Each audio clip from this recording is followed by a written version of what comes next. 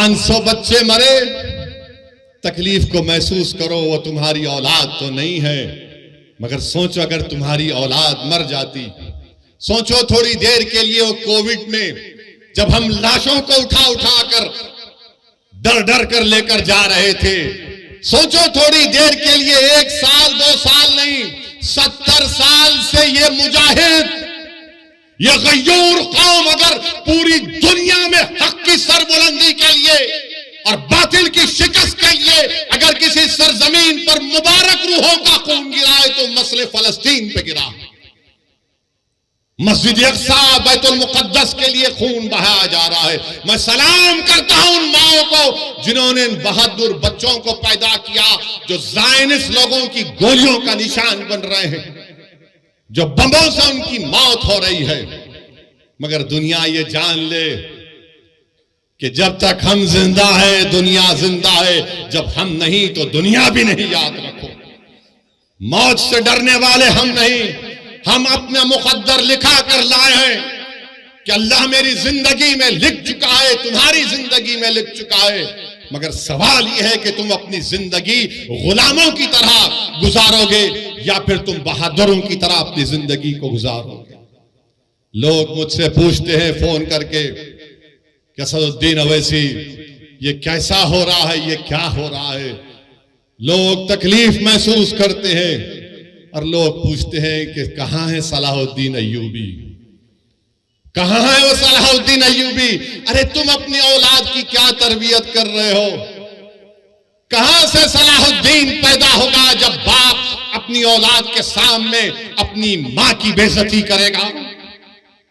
कहां से सलाहुद्दीन आएगा जब तुम बेटे के सामने, औलाद के सामने अपनी बीवी से गलत बर्ताव करते हो?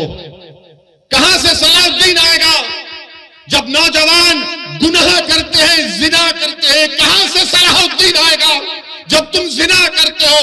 कहां से सलाहुद्दीन आएगा जब तुम अपने ही हाथ से अपने भाई का कत्ल करते हो? कहां से सलाहुद्दीन पैदा होगा जब हमारी बेटियां गुनाह करती हैं? सलाहुद्दीन कैसे पैदा होगा? जब तुम नेक बनोगे, जब तुम गुनाहों से दूर रहोगे, तुम रसूलुल्लाह सल्लल्लाहु अलैहि वसल्लम से बेपनाह मोहब्बत करोगे, तमाम चीज और दुनिया से बढ़कर। सलाहुद्दीन अय्यूबी जिंदगी में जब तक बैतुल मुक़द्दस मस्जिद अक्सा पर कामयाबी हासिल नहीं किया, उसकी पेशानी पर बल रहता था। बास जगह मैंने पढ़ा कि सलाहुद्दीन अय्यूबी जब तक फलस्तीन पर कामयाबी हासिल नहीं किया वो मुस्कुराता नहीं था। लोग उससे बोलते थे, सलाहुद्दीन तुम मुस्कुराते क्यों नहीं हो, तुम्हारी पेशानी पर बल क्यों नहीं आता?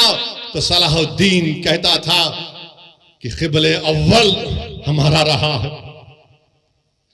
17 साल रसूलुल्लाह सल्लल्लाहु अलैहि वसल्लम ने क़िबला बनाया, वो जगह जहां पर आका दो आलम सल्लल्लाहु अलैहि वसल्लम जमीन से आसमानों पर अल्लाह का जाकर दीदार करे, उस जगह पर जब तक हम कामयाबी हासिल नहीं करते, सलाहुद्दीन कैसे मुस्कुराएगा?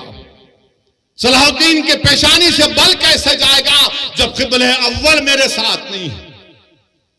मेरे अजीज दोस्तों, बुजुर्गों, नौजवानों, तुम आज आराम से हैदराबाद में बैठे हो, तुम्हारे घरों पर बम नहीं गिर रहे हैं, तुम्हारे भाइयों का कत्ल नहीं हो रहा है, तुम बेघर नहीं हुए हो अल्हम्दुलिल्लाह।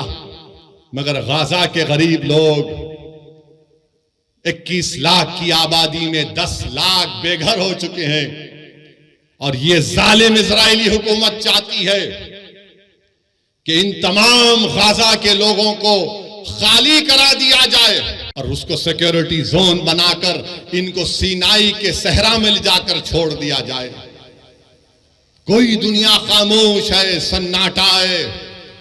अरे जिसने मारे उनको देखो, मगर इन गाजा के गरीबों ने तुम्हारा क्या बिगाड़ा था? मीडिया में एक तरफा रिपोर्टिंग कि ऐसा हुआ, वैसा हुआ, फुला हुआ।